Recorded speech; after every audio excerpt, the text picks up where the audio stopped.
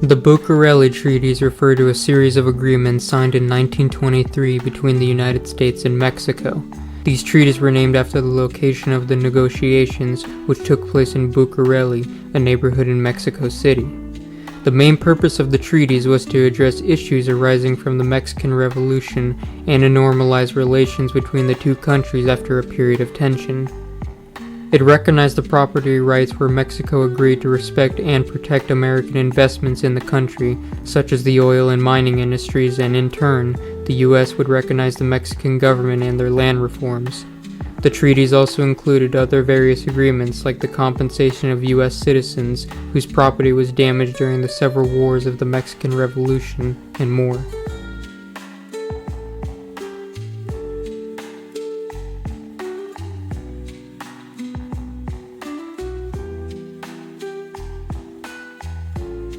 From what little information I found on the internet, 11.48 AXHE was a mysterious radio station possibly of military origin, and while I imagine the translation I got is a little off, between 4 and 5 a.m. people began hearing stations 99.3 and 11.48 broadcasting military frequencies of leaked military plans or operations in the country. These signals only lasted 5 weeks and were heard by a large number of people sometime in the 1990s.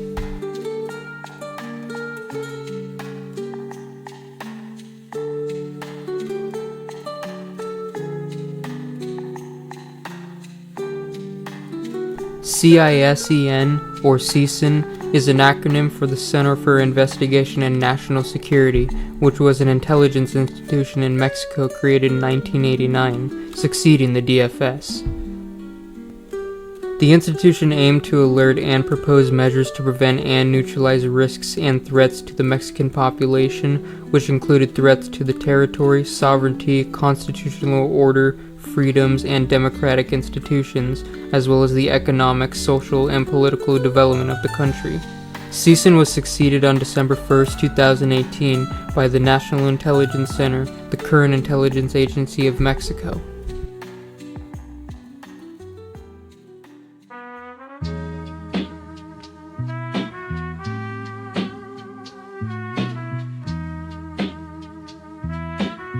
El Yunque, or the National Organization of the Anvil, is an alleged conservative secret society in Mexico created in Puebla in the early 1950s that aims to promote and spread ultra-Catholic, anti-communist, anti-Semitic, fascistic, and anti-liberal rhetoric, propaganda, and order across the politics of Mexico, and whom controls at least 4 state governments in Mexico, with an alleged presence in the United States as well, and is described as a paramilitary organization that is responsible for several political assassinations.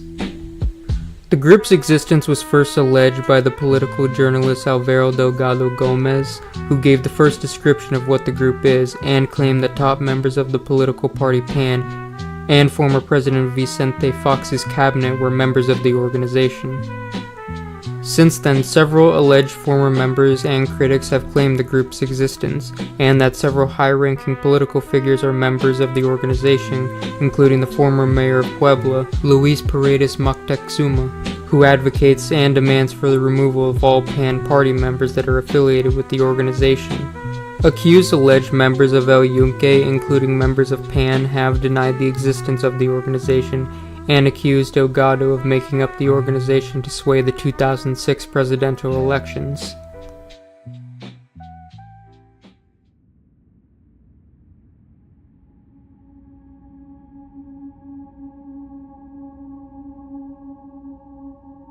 Eden's Demons likely refers to the book written by the Mexican journalist Lydia Cacho, named The Demons of Eden, which was a book that investigated, documented, and analyzed the networks of powerful people who engage in international child prostitution and the mass distribution of child pornography.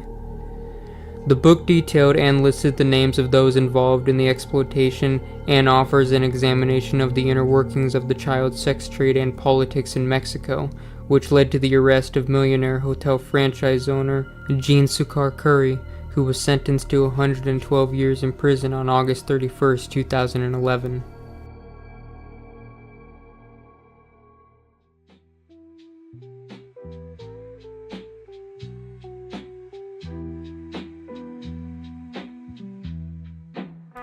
Luis Cabrera Lobato, also called Lic Blas Rivera and Lucas Rivera, was a Mexican lawyer, politician, and writer who co-founded the anti-re-electionist party that backed the candidacy of Francisco Madero and was a strong opposer of Porfirio Diaz and his regime during the Mexican Revolution. In July 1909, Cabrera would start a critical campaign against the advisors of Diaz, where he would write articles that supported the campaign against Diaz.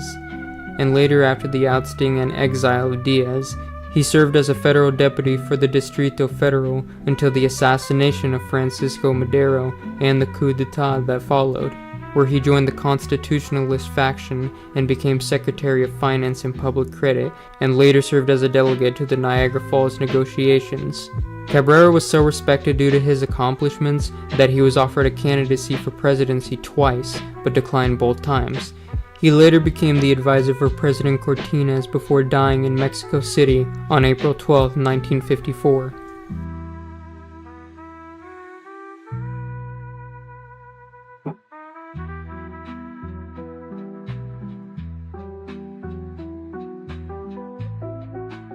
Norberto Rivera Carrera is a former cardinal and bishop of the Catholic Church of Tehuacán, who became a very controversial figure after he criticized the U.S. media's coverage of the Legion of Christ founder, Marcial Degollados' essay allegations, and called the accusations and coverage a deliberate plot against the Church, and compared it to persecutions in Spain in 1940s Germany, as well as having strong political opinions, such as an opposition towards the legalization of same-sex marriage, abortion, and adoption by same-sex couples. Rivera is most likely talked about, however, as several people he knew or appointed were charged with SA, earning him and his church much criticism over the years.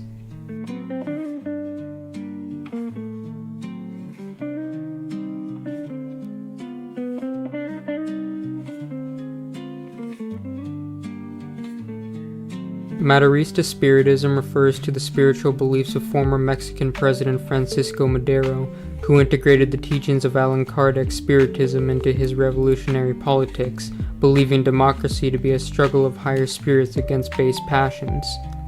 Spiritism is described as a doctrine derived from a Christian perspective of reincarnation and spiritualism, where humans are described as immortal beings whose souls return to material existence after death, and have the capability to contact the physical world, and whom go through moral progression as they go through the cycle of reincarnation.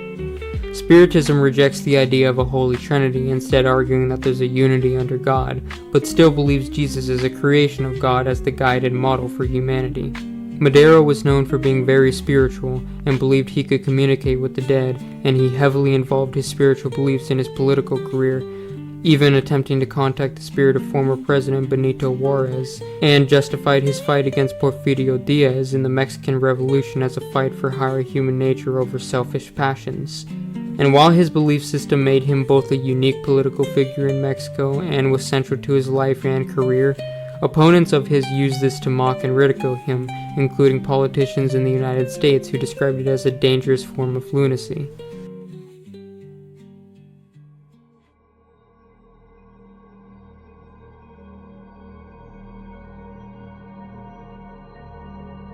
NXIVM was an American cult founded in New York led by Keith Raniere that had centers all across North America, including Mexico, where several prominent Mexican civilians have been accused of involvement in the cult. The cult has since been shut down due to key leaders being convicted of racketeering, trafficking, forced labor, visa fraud, wire fraud, and blackmail. Following a New York Times expose by former members, the United States Attorney for the Eastern District of New York had investigated the organization and later brought charges against key leaders for the crimes detailed, and found a decades-long history of grooming an SA of young girls and women, as well as the existence of a connected secret society called DOS, in which women were branded with the initials of the leaders, made to record false confessions, subjected to corporal punishment, forced into sexual slavery, and made to provide nudes for blackmail purposes.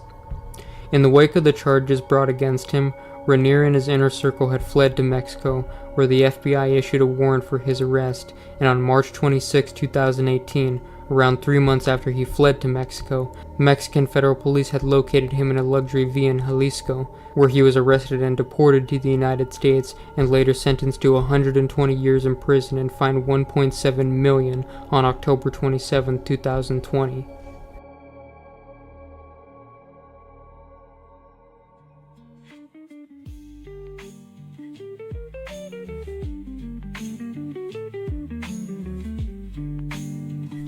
Juan Almazán was a revolutionary general and politician who fought several battles in the Mexican Revolution, playing a key role in Madero's election to the presidency in 1911 and the defeat of Porfirio Diaz.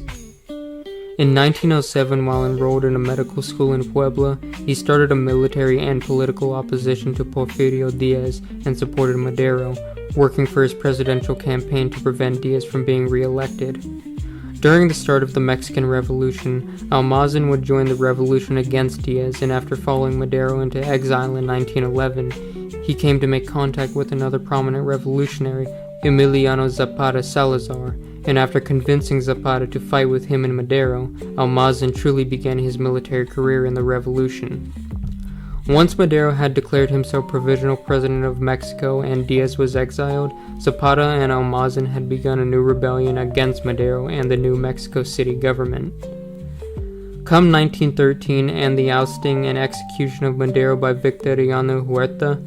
Zapata and Almazán disagreed on their views of Huerta, which led to Zapata continuing his rebellion against the Mexican government and Almazán siding with Huerta and joining the military leadership as a commander, fighting in battles across the country to help suppress rebellion.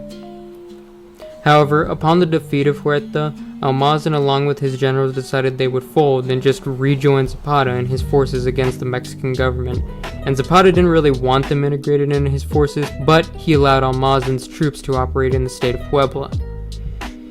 In December 1914, Almazán, with support from Zapata's forces, successfully forced the Constitutionalist Army led by Venustiano Carranza out of Puebla and claimed it for the Liberation Army. However, a month later, the Constitutionalist Army regained control of the city and forced Almazán's forces out. Almazán continued to fight Carranza's government until 1916, when he joined Felix Diaz in replacement of Zapata, and continued to operate primarily as an independent rebel force.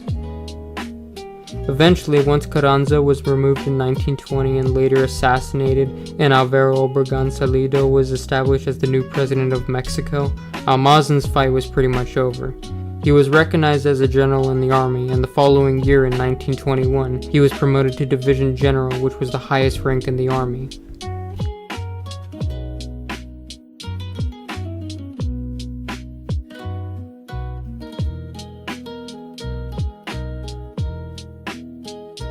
Andrés Manuel López Obrador, also known by his initials AMLO or AMLO, was a very recent president in Mexico, serving as the 65th president from 2018 to 2024, and previously serving as the head of government of Mexico City from 2000 to 2005.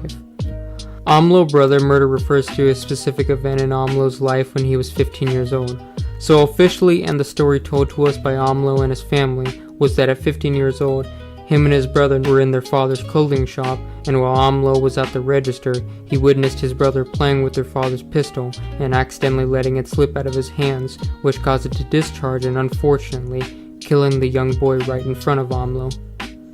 Now it sounds like a complete accident, but another version of the story actually exists, and it's why this entry is called murder. A few newspapers, including Rumbo Nuevo, Diario de Tabasco, and Diario Presente, presented an alternative version of the story that involved AMLO being the one playing around with the pistol and accidentally shooting his brother.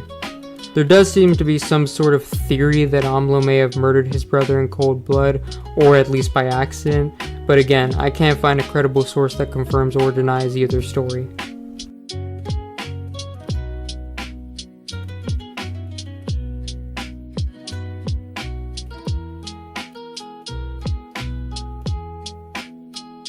The Chapultepec Fair, or La Feria de Chapultepec, was an amusement park in Mexico City in Chapultepec Park, where a terrible accident occurred that caused the closure of the park and the company who owned it to have their license revoked. On September 28, 2019, 2 people were killed and 5 injured on the Kilometer roller coaster in the fair after it had derailed and crashed to the ground. A later investigation into the accident determined that the derailment was caused by design flaws and a lack of general maintenance by the employees, and because of this, the Mexico City government forced the company to close the park and revoke their license, and contacted other park companies such as Six Flags, Cedar Fair, SeaWorld, and others to take over the license of the property.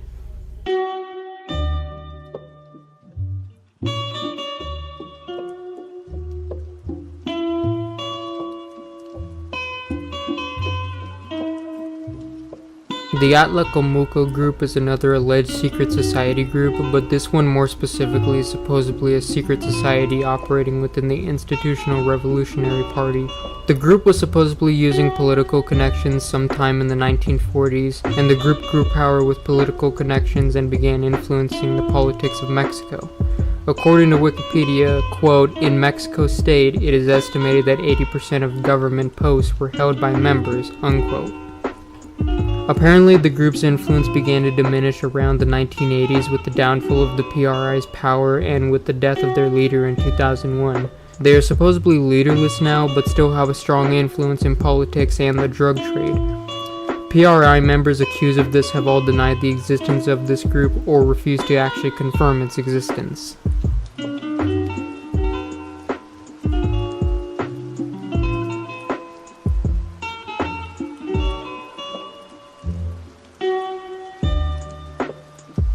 The Mondragón rifle is one of 2 rifle designs developed by artillery officer Manuel Mondragón during the Mexican Revolution. These designs include the straight pull bolt action M1893 and M1894 rifles, and Mexico's first self-loading rifle, the M1908, the first of the designs to see combat use. The rifles may have been used by Mexican soldiers during an ambush on Pancho Villa, but sources suggest the rifle was in service as early as 1910, and the German Empire also bought these rifles and used them to fight during World War I, where they tried to modify the rifles to chamber the 7.9 by 57mm S Patrona, the service cartridge of Germany until the end of World War II. But they weren't able to pull this off and just decided to adopt them into the Imperial German Flying Corps.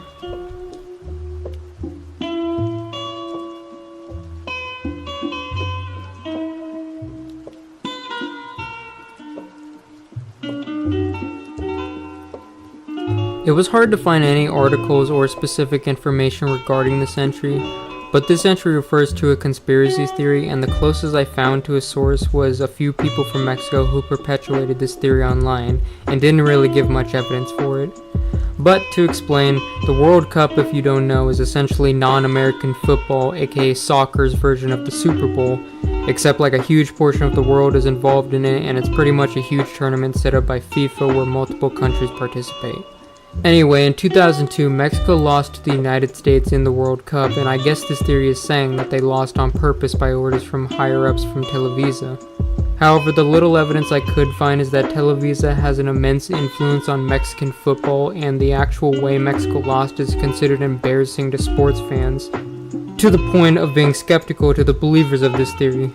Basically, the loss was due to on-field factors like tactical errors from the coaches and the US's effective counterattacking, leading to a 2-0 defeat.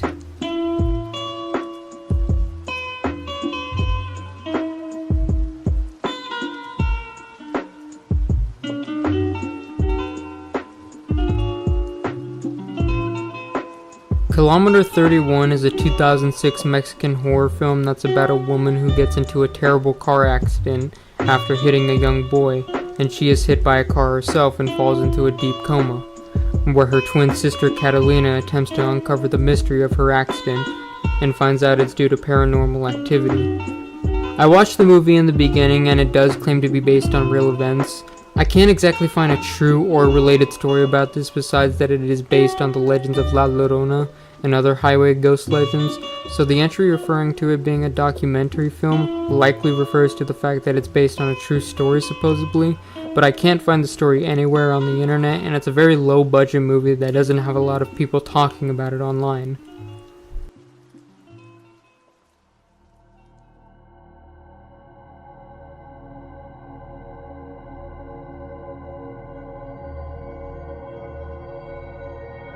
Marcial Maciel Degollado was a Mexican Catholic priest and founder of the Legion of Christ and Regnum Christi movements that was exposed for SA against several young men and boys. Starting in 1976, Maciel had a former student who sent John Paul the Pope a letter that detailed and accused Maciel of SA committed against him along with 20 other young boys.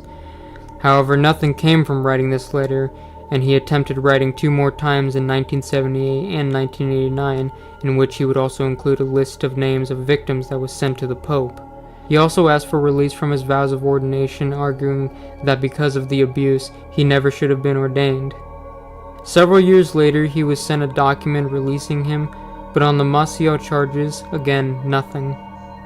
Later in 1997, a report in the Hartford Courant exposed a history of child touching committed by Maciel, which this time involved 9 victims who came forward to go on record.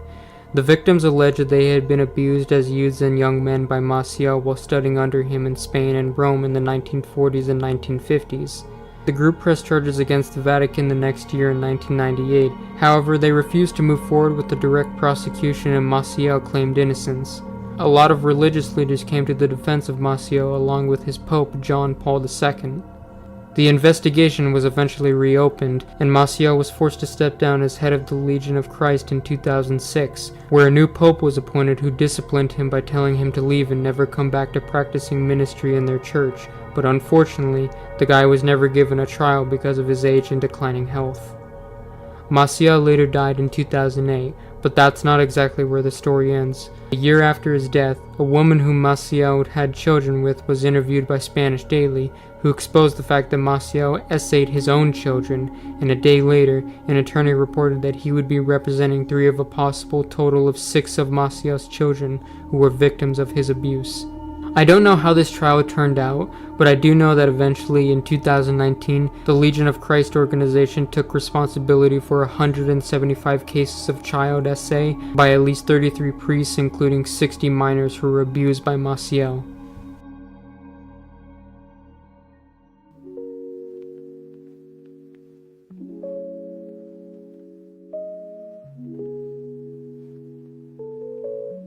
Sinarquism is a political ideology that came from the beliefs of the National Sinarquist Union, or UNS, which was a far-right Catholic movement and political party that supported fascist ideologies formed in Mexico in 1937. The group believed in social cooperation and corporatism as opposed to the class conflict of socialism, along with hierarchy and respect for authority as opposed to liberalism. And in the context of Mexican politics at the time, this wasn't greatly popular as this meant opposition to the centralist, anti-clerical, and social democratic policies of the PRI government.